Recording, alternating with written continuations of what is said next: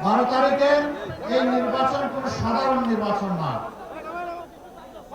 স্বাধীনতার পর থেকে 54টি বছর যারা জাতির সাথে দুটোবাজি করেছে, বিশ্বাসঘাতকতা করেছে, বেঈমানি করেছে, এদেরকে লাল কার্ড দেখানোর নির্বাচন।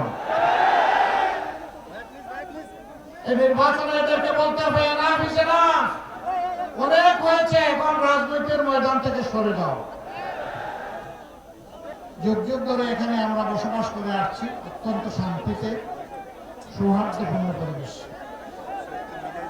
কিন্তু একদম মতলববাজ, মতলব হাসিল করার জন্য মাঝে মধ্যে কিছু দুষ্টামি করে।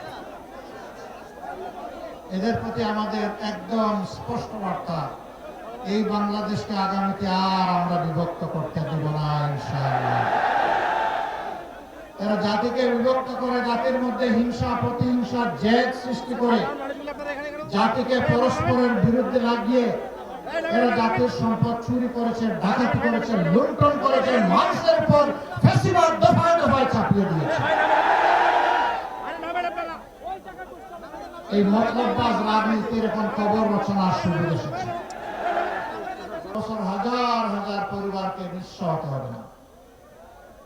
আমরা কথা দিচ্ছি যে কোনো মূল্যের বিনিময়ে ইনশাআল্লাহ তিস্তা পরিকল্পনা বাস্তবায়ন হবে। কারণ লাল চোখ আমরা পরোয়া করব না। আমার দেশ আগে, এ দেশের জনগণের স্বার্থ আগে।